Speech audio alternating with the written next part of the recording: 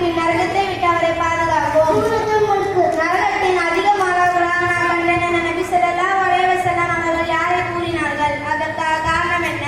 பெண்கள் அதிகமாக சாபம் பெண்கள் கணவனிடம் நன்றி கேட்டத்தனமாக நடந்து கொள்ளுதல். மறுமையில் மக்கள் எத்தனை வகையாக பிரிக்கப்படுவார்கள்? 3 வகையாக. அனைத்து நோய்களுக்கும் நிவாரணமான குர்ஆன் கூறும் விதி என்ன?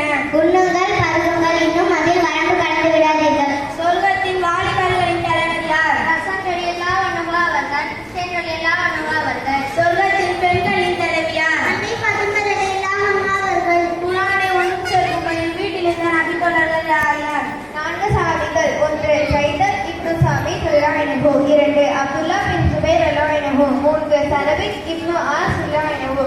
4 அப்துர் ரஹ்மான் பின் ஹாரிஸ் ரலியல்லாஹு அன்ஹு அவர்கள். நபி ஸல்லல்லாஹு அலைஹி